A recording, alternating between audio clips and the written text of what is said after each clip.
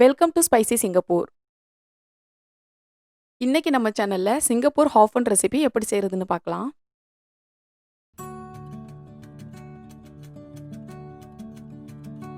இது செய்யறதுக்கு pan heat ஆனதும் ஒரு ஸ்பூன் அளவு ஆயில் ஆட் பண்ணிக்கலாம். அதில் இந்த ஹாஃப் அண்ட் நூடுலை இதில் ஆட் பண்ணிக்கலாம். இது ரைஸ் நூடுல்ஸ் தான். ஆட் பண்ணி இதை லைட்டாக வதக்கிக்கலாம்.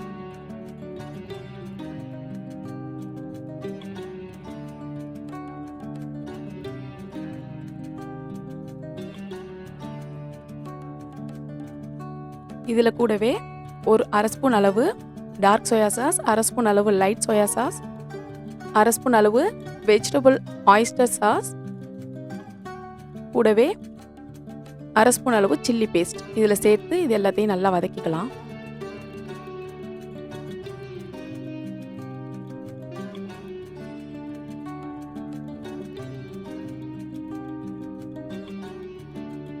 இது ஓரளவு ஃப்ரை ஆனதும் இதை ஒரு பிளேட்டில் எடுத்து வச்சிடலாம். அடுத்து அதே கடாயில் ஒரு ஸ்பூன் அளவு ஆயில் ஆட் பண்ணி அதில் கார்லிக் ஸ்லைசஸை சேர்த்து நல்லா வதக்கிக்கலாம்.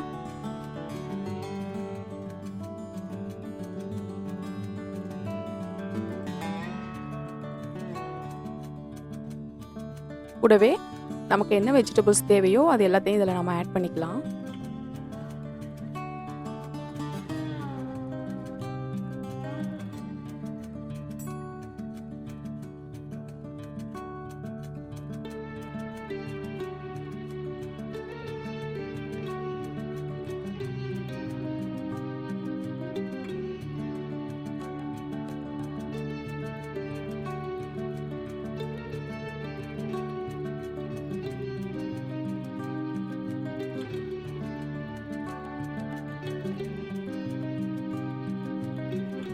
இதில் கொஞ்சமாக தண்ணி சேர்த்து இந்த வெஜிடபிள்ஸ் எல்லாத்தையும் வேக வச்சுக்கலாம்.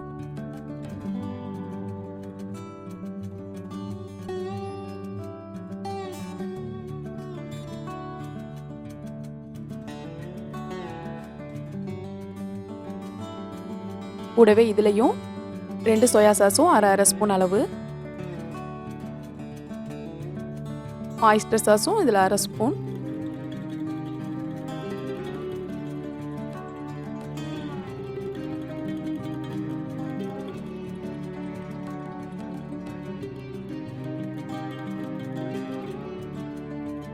ஆயிஸ்டர் சாஸ் அரை ஸ்பூன்,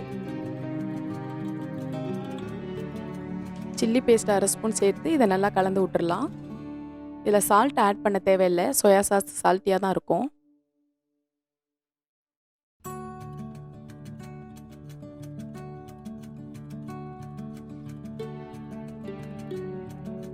காய் ஓரளவு வேக ஆரம்பித்ததும் சைனீஸ் ஸ்பினாச்சை இதில் ஆட் பண்ணிடலாம்.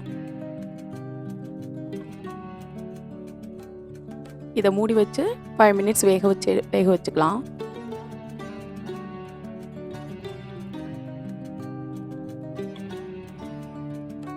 இப்போ காயெல்லாம் வெந்ததும் ஒரு ஸ்பூன் அளவு கார்ன்ஃப்ளவரை கொஞ்சமாக தண்ணியில் கரைச்சி இதில் சேர்த்துக்கலாம். இது ஒரு திக்கான கன்சிஸ்டன்சிக்கு வரும்.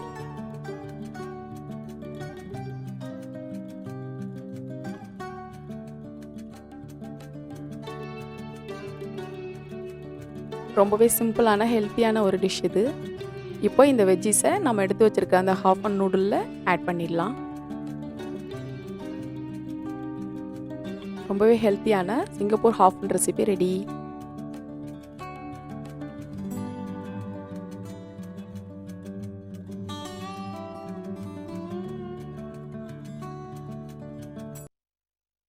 நம்ம சேனல் பிடிச்சிருந்தா மறக்காமல் சப்ஸ்கிரைப் பண்ணுங்கள். கூடவே பக்கத்தில் இருக்க பெல் ஐக்கானை கிளிக் பண்ணுங்கள்.